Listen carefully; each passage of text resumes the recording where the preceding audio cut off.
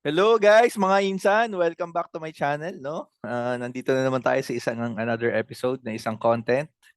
So today we're going to talk about another website that hires medical virtual assistant, no? So kung kayo ay medical professional, no, mga nurse, doctors na gusto nyong mag-change career or other medical professionals like medical technologists, no? Basta medical medical transcriptionists, medical scribers, nurses, ano pa ba, no? Basta healthcare, no? Pwede kayong mag-apply as medical virtual assistant. So today we're going to talk about this website, mga insan. Itong nahanap natin, no? Coolblue VA.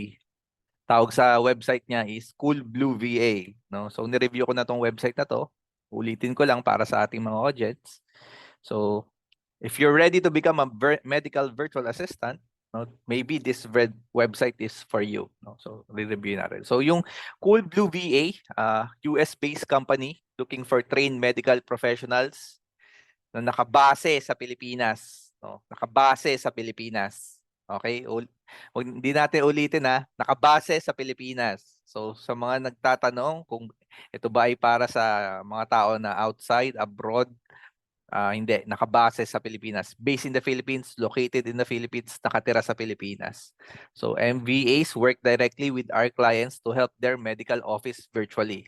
No, so siguro familiar din naman kayo sa mga medical VAs eh. Ako, pag ako po pupunta sa doktor, kunyari magpapaschedule ako, kunyari sa isang application, no, magpapaschedule ako ng meeting with the doctor. Sometimes there are medical virtual assistants, no, yung nag-a-assist, no, with regards to the scheduling. So minsan hindi natin napapansin, no, na nakakasalamuhan na natin 'tong mga tao na 'to, pero hindi lang natin alam, no, na sila na 'yon. Kumbaga na-experience mo na, kumbaga meron ka ng technically experience sa mga medical virtual assistants, no? So now nakalagay dito, now accepting medical virtual assistant applications, limited spots available per class. Apply now to become a medical virtual assistant, no? So kung gusto mo mag-apply, pindutin mo na 'yan. Pero pag-uusapan muna natin, ano ba yung benefits and perks for our medical virtual assistants ni Coolblue VA, no? Hindi po ako affiliated with Coolblue. Kumbaga nakita ko lang 'to at review ko, mukhang okay. So pinapakita ko po sa inyo, no? So if you're interested, you can go to this website, no? So yung mga benefits and perks, nakalagay dito, competitive pay rates. We offer competitive pay rates along with other long-term benefits. Ibig sabihin, siguro mataas yung sahod, no? Huwag niyo na po akong tanungin kung magkano kasi hindi ko po alam. Wala naman po akong offer, hindi naman po ako nagwo-work sa kanila, no? Work from home, have the ability to work from the comfort of your home. Sa bahay, no? Sa bahay ka lang magwo-work. US-based client, so technically magwo-work ka graveyard shift. No? Pag US-based, baliktad ang oras mo, no? Graveyard shift 'yan. Wag na kayong maging maarte kasi yun nga eh, dun, kumbaga i-hire ka nila, dito ka, pero doon yung trabaho mo. So technically sasabay ka sa oras nila. No?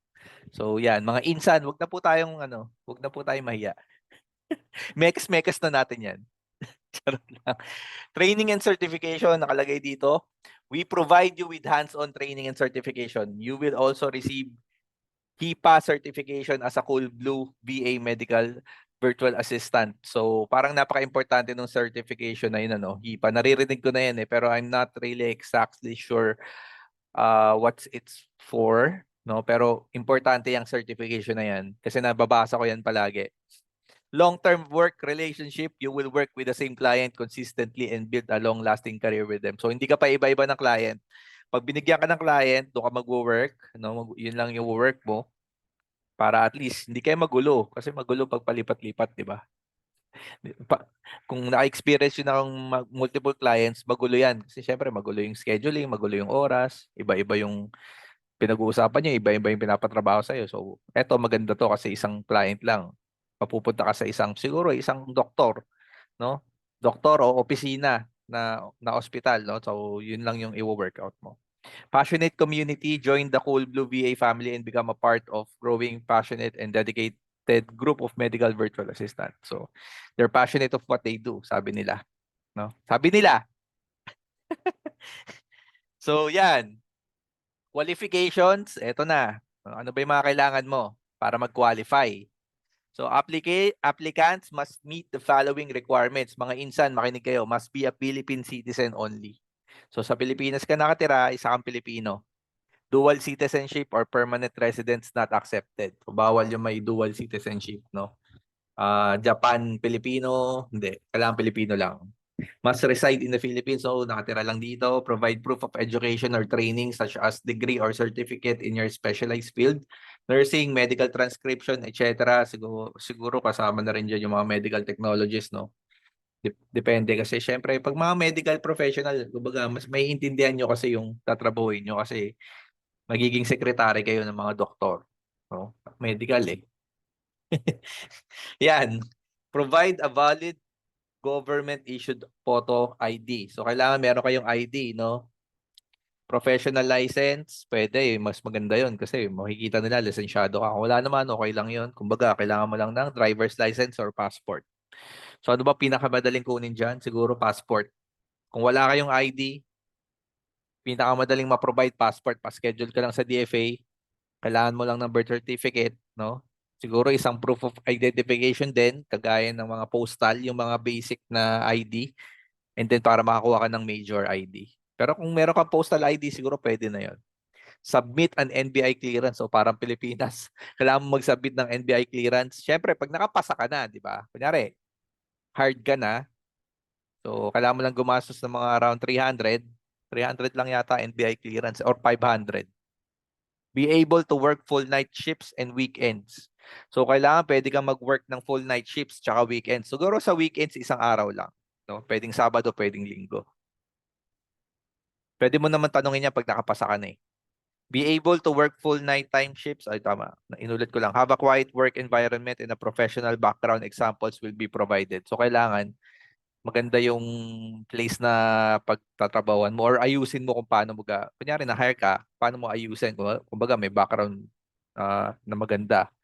For example, ako, kailangan nakaharap yung pader sa computer para kita yung hindi kita yung bed ko.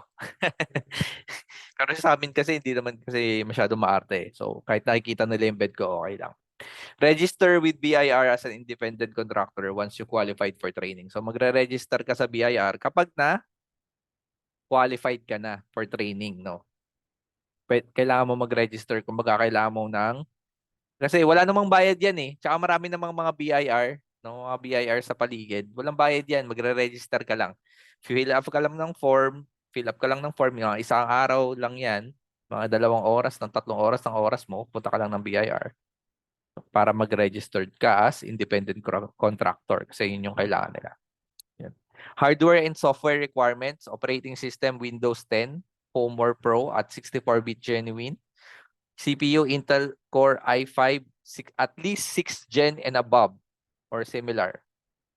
Memory at least 8 GB RAM. Internet subscription speed at least 50 Mbps. DSL or fiber only. So kadalasan naman fiber na ngayon. LTE connection not accepted. Oo, kasi pwede yung LTE connection, pwede yung backup lang just in case. Pero yung major talaga is subscription. So yung 50 Mbps, yan na yung mga minimum ngayon ng mga fiber. So wala nang problema dyan. Pakabit na lang kayo ng fiber, no? Huwag na matigas ang ulo, guys. Mga insan, wag na po. Mekas-mekas na lang natin to. Baga ito yung requirements nila. We have to follow. If ever you want to be a Cool Blue VA, medical VA. Okay. Peripherals needed, headset with mic. Kailangan yan. HD, 720p, 1080p, 16:9 webcam, no? Recommended A4 Tech PK910H. Siguro mga 2,000 lang yan. Yung mga HD webcam, mga less than 1,000 or more than 1,000 or less than 2,000, meron ka ng webcam. Huwag kang masyadong problema. So, kailangan mo talaga mag-invest eh. Kung wala kang hardware, mahirap mag-work. No? Kailangan mag-invest sa headset with mic, webcam, no? At least HD 1080p 720 to 1080p, no? HD yung ginagamit ko, no? Sa akin kasi Logitech 1080p. So around 2,000 plus lang to, meron ka ng webcam na maganda. Dual monitor setup. So kailangan yung dalawa yung monitor mo. So, kung isa lang monitor mo, kailangan mong bumili ng at least kahit mumurahin lang muna sa simula, huwag kang problema sa sa peripherals kung wala ka pa. Baga kahit mga mumurahin lang bilhin mo, basta at least magkaroon ka ng work and then you try to improve na lang, no, as you go along. Ganun naman tayo palagi. Ako din dati nagsisimula ako mag-VA, dalawa rin yung monitor ko. Ngayon kasi isa lang gamit ko kasi wide yung monitor ko. Hindi ko kailangan ng dalawa. So now accepting medical virtual assistant applications.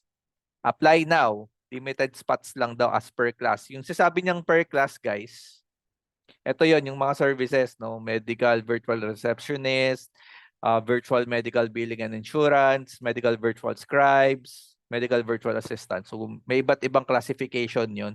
Kaya um, sinabi niya na as per class. So yun yung mga class. So kung gusto mong basahin, isa-isa yan, no? Para magkaroon ka ng idea, punta ka lang dito sa website nila, pindutin mo to, mapupunta ka dito. So makikita mo dito yung mga gagawin mo. Kunyari, wire hire virtual receptionist from Coolblue. So makikita mo dyan, our medical virtual receptionist handle front office tasks including booking appointments, rescheduling appointments, canceling appointments, appointment reminders, staff calendar management, managing customer service calls. Medical virtual receptionist can provide a number of benefits to medical practices. Increase efficiency, reduce costs, increase flexibility. Always get your calls answered. So, kung mapapansin nyo, minamarket nila yung mga virtual assistant nila dito, no? So, pero technically, ito rin yung gagawin mo. So, kung gusto mo magkaroon ng idea, punta ka lang sa website, magbasa ka, no? Para at least makita mo. Kasi kung qualified ka, magbabasa ka eh. Kunyari, nurse ka, and interested ka, babasahin mo talaga to eh. Wala akong makikitang paraan kundi para maintindihan mo to, no? Kasi kung nurse ka, qualified ka na. Kailangan mo na lang ng equipments, peripherals, tsaka yung mga ibang minention nila. And then you have the ability to work graveyard shift. Kasi kung nurse ka naman sa Pilipinas, technically you can work graveyard shift. Kasi 'di ba sa ospital may mga shifting 'yan. Pwede kang umaga, tanghali, tas gabi. So may experience ka na kung medical practitioner ka, 'di ba? So mekas-mekas na 'yan, guys. So yan, pindutin na natin kung gusto natin mag-apply. So just, if you want to apply, if you're considering to apply here, you just need to click this gold button, apply now. Then lalabas po yung Google form. Yan, Coolblue VA Medical Virtual Assistant. Coolblue VA Post Application Form. So, kalagay dyan, email, no? First name, last name, phone, address. Are you located in the Philippines and are Philippine citizen only? We cannot contract with individuals that have dual citizenship or non-PH citizen. Yun. So hindi talaga pwedeng hindi ka Pilipino. Tsaka hindi ka nakatira sa Pilipinas. So where are you located, no? Your answer, Bulacan, Philippines. Pwede yung buong address mo, lagay mo siguro. What are your skills? Customer service, insurance, back office, medical scribe. So kung ano yung mga skills mo at kung wala dyan, pwedeng others, no? Please state any other foreign language ability. So kung marunong ka mag-Espanyol, mag-Japanese, no, Spanish. So mostly mga ganun eh. Please state do you have any existing health condition? If yes, please explain. Do you have any other commitments that may affect your ability to attend our training and eventually work? Do you have any pending visa applications? Mag-abroad ka ba? So kung mag-abroad ka, nakalagay dyan, explain mo. Pero kung ako nag-abroad, di ko lalagay. Tinuruan ng no, kagaguhan. Our trainings are from Monday through Friday night graveyard shifts. Will you able to attend this? So yes. Hindi ka naman pwede mag-apply ka tapos hindi sasabihin mo no. Hindi pwede. Do you have 8 gigabyte or more gigabyte RAM in your computer? Yes. Will you able to have a noise cancelling headset before training is complete? Yes. Bili ka na lang, no? Guys, yung mga noise cancelling headset, pwede kayong bumili ng Logitech H390. Ito yung bilhin nyo. 1.8 to, 1.8. Maganda ng klase to. Medyo bulky lang siya tignan, pero kung nasa bahay ka naman, walang problema. Iba kasi problema, sir, medyo bulky, malaki. Pag nasa labas, parang ang pangit. Ba't ka ba lalabas? Work from home nga eh. Tsaka graveyard shift. Sa labas ka magtatrabaho. Like, di ba? Common sense. I mean, graveyard shift, madaling araw, lalabas ka pa ba para magkape, doon ka magtatrabaho sa coffee shop? And di mo madadala kasi bulky. Ah, common sense. Kumbaga, wag mo isipin yung itsura, isipin mo yung performance no item. Yun lang. So, how did you hear about us? Pwede mo lagay YouTube channel, Chad Godoy, no? And then, check mo yung um, I hereby certify, no? Kumbaga, nagsasabi na totoo yung nilagay mo. Pero syempre, check din naman nila yan eh. 'Di ba? So yun lang guys, no? If you want to learn more about this website, you can go to the website in the description below on this video. No, sana natulungan ko kayo no sa mga nurse diyan, no. Maybe this website is for you. You can apply. If may work ka pa no at nangangarap ka rin magtrabaho sa bahay na ayaw mo na mag-work sa ospital, pwede ka rin dito mag-apply no. So guys, don't forget to hit the like button and subscribe to my channel for more information about virtual assistant, and see you in my next video. Salamat po. Bye-bye.